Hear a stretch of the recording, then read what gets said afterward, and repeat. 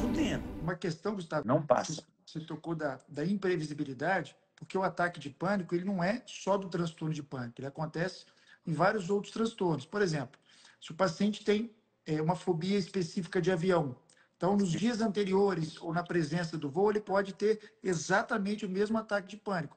Só que é previsível, ele sabe a hora que vai acontecer. Se ele não viajar, ele vai ter outros prejuízos funcionais, mas não vai ter. A grande diferença para o transtorno de pânico é a imprevisibilidade. Você passa a ter em qualquer situação. Apesar de você tentar fazer uma conexão, eu acho que eu não vou mais lá naquele supermercado porque foi lá que eu tive.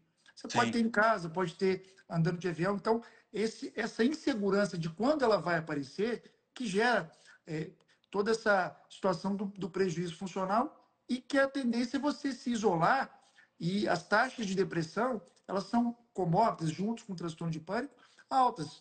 Tem estudos que mostram que mais de 50%, com o avançar da patologia, o paciente entra num quadro Foi depressivo. o que aconteceu comigo, porque eu comecei a.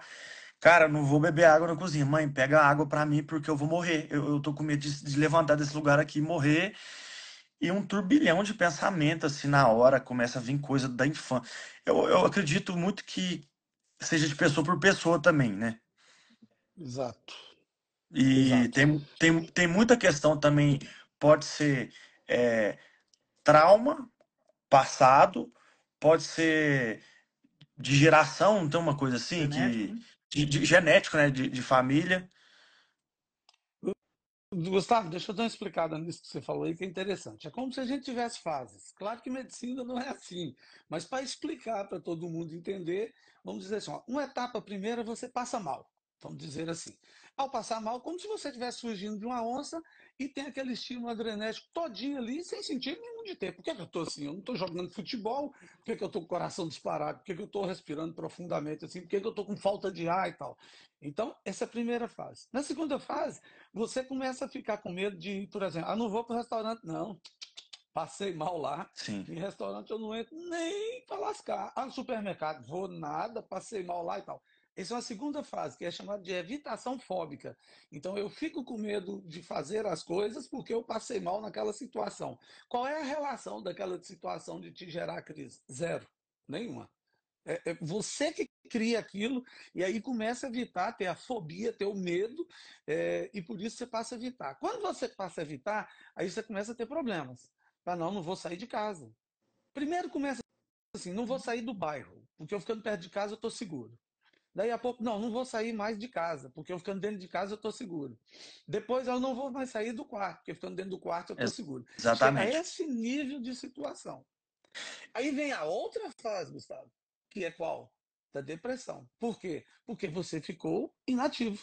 Você ficou com incapacidade de trabalhar, de produzir, de fazer as coisas. Então, são etapas que vêm, e aí o quadro depressivo, que é o que vem pior, é o que é o sofrimento. Eu não sei qual que é maior, né? A gente está falando assim, o que é É, pior, mas é tudo um sofrimento muito grande. eu lembro que quando eu tive, eu ia no mercado, do nada, as pessoas conversando ao meu redor, ficava um pouco desesperado e pesava a nuca. Aí eu lembro direitinho que eu falei pra minha mãe, mãe, vamos embora. Tem algum peso aqui na nuca, eu acho que minha pressão subiu, acho que minha pressão tá alta.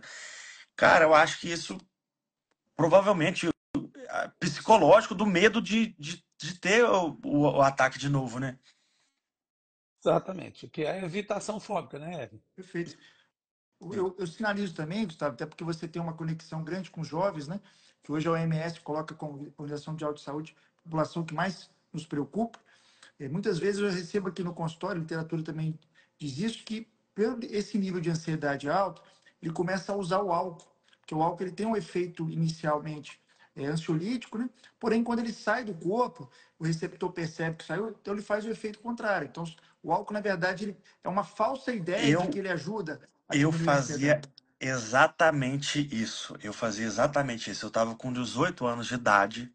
E a gente tem cultura assim no interior de todo final de semana é churrasco. A cidade não tem nada. O que que a pessoa vai fazer? Vai beber. Querendo ou não, tipo, o pessoal daqui é tudo alcoólatra mesmo, porque nasceu e foi criado assim. E quando eu ficava um pouco tenso, o que que eu fazia? Vou beber para passar. E de fato, na hora passa. Mas a ressaca no outro dia, mas vem, é igual um trem atropelando, vai acumulando. Aquilo é uma fuga não saudável que vai acumulando e no outro dia arregaça, arregaça. Eu lembro perfeitamente, e foi o meu psiquiatra que falou. Ele falou, ó, você vai melhorar agora, mas no amanhã, quando o efeito do álcool passar, cara, vai ser pior.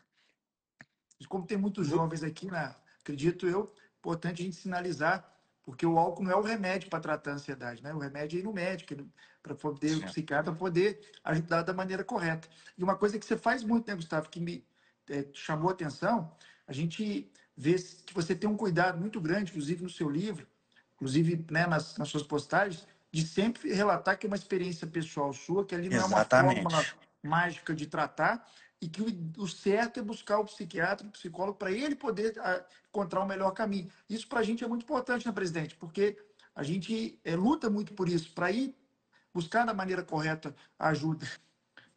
Não, e isso é o certo. Todo momento do meu livro aí, quem leu vai saber, todo momento eu falo. Isso eu tô falando de um relato pessoal que eu tive. Vocês precisam procurar ajuda psicológica, psicólogo, psiquiatra, porque ele que vai auxiliar. Eu apenas estou contando a experiência que eu tive que foi bom para mim. Cada pessoa tem um organismo diferente. Já aconteceu muito de chegar publicidade para mim de eu não lembro o nome, mas era um remédio, e nem se eu não ia falar aqui também, né? Que é um remédio que você compra, não precisava de receita, e chegou no escopo para mim o briefing que eu tinha que divulgar, falando que aquilo melhorava a minha ansiedade. Eu falei, mas nem vê. Aí a empresa falou, não, mas a gente vai pagar o dobro. Eu falei, não faço. Com isso eu não brinco com esse tipo de coisa, é uma coisa muito séria. E de verdade, eu tenho muita fé em Deus, sabe? Para mim, o que eu acho que me curou da depressão foi três coisas juntos. Eu uni essas três coisas, né? Que primeiro foi a minha fé em Deus, uma crença que eu tenho. O segundo é a psiquiatria, a psicologia. E o terceiro é o esporte físico. Apesar de eu Ouvi odiar fazer você falar. academia, apesar de eu odiar, eu não gosto, mas eu sei que hoje é necessário eu fazer, sabe? Porque meu psiquiatra falou, olha, o remédio, eu tomo estalopram, ele falou, ó, o remédio vai te ajudar 30%, 30%. O resto ali vai ser com a sua psicóloga e o principal, o esporte, cara.